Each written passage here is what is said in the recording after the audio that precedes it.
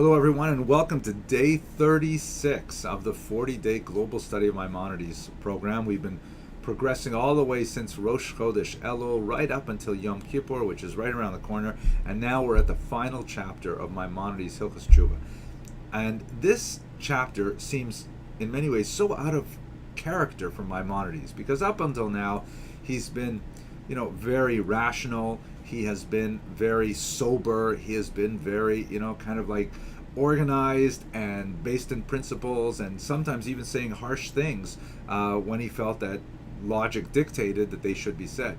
In the 10th chapter, we see an entirely different approach of Maimonides, one that is completely suffused with a mystical love of God. That this chapter is all about dveikut, about drawing close to God.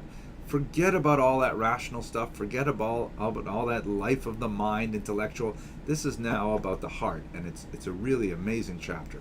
Let's start right away with the first halacha in chapter 10. A person should not say, "Behold, I will perform the commandments of the Torah and study its wisdom in order that I receive the blessings described therein." Right? Meaning it's not right to take the position, as the sages say, as a servant who serves his master for the sake of receiving a reward.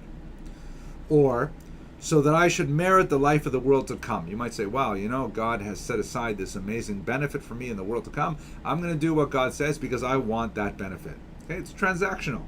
God says, if you do X, I will give you Y, so I'm going to do X. Maimonides says we shouldn't approach Torah and commandments like that.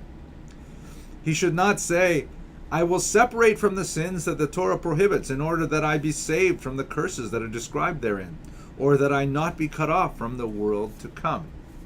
It is not fitting, says Maimonides, to serve God in this manner.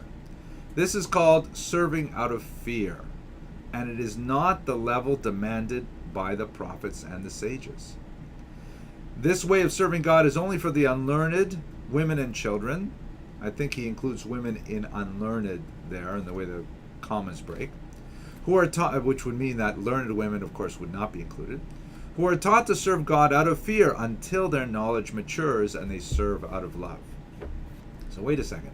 Maimonides is kind of like negating, it appears, a lot of what he seemed to have said, particularly in chapter 9, where he describes his tremendous benefit and the tremendous curses, God forbid, if a person doesn't cooperate. Like, what is this serving God out of love all about? Let's look at the second halacha. 10.2.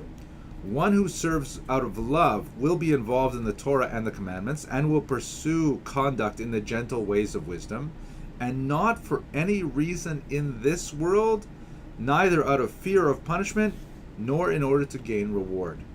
Such a person will simply engage in the truth because it is the truth, and good will result in the end. Right? The Hebrew is Ela oseh ha'emet mipnei shehu emet.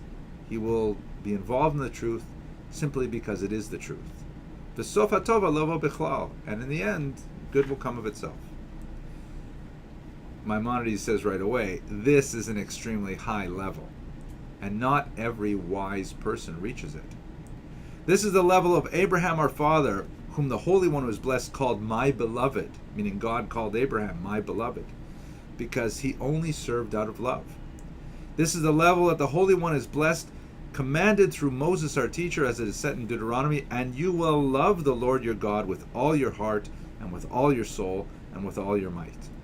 At the moment that a person loves God with a true love, he will immediately perform all of the commandments out of love, meaning without thought of the reward. The reward is there, yeah, sure, but it's mainly because of love for God that a person engages in it. So Maimonides is taking us into an entirely different level of motivation for worship.